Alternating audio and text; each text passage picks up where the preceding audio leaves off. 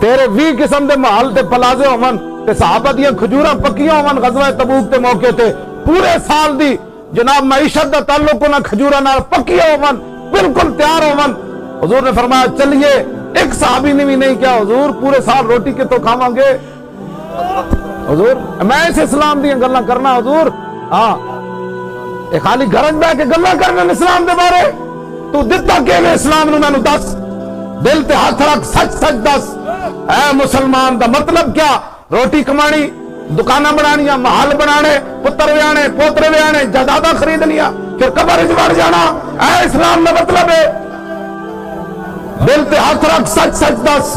اے مسلمان دا مطلب کیا؟ عشق نبی نہیں سینے وچ, بت راز ایمان دا مطلب کیا؟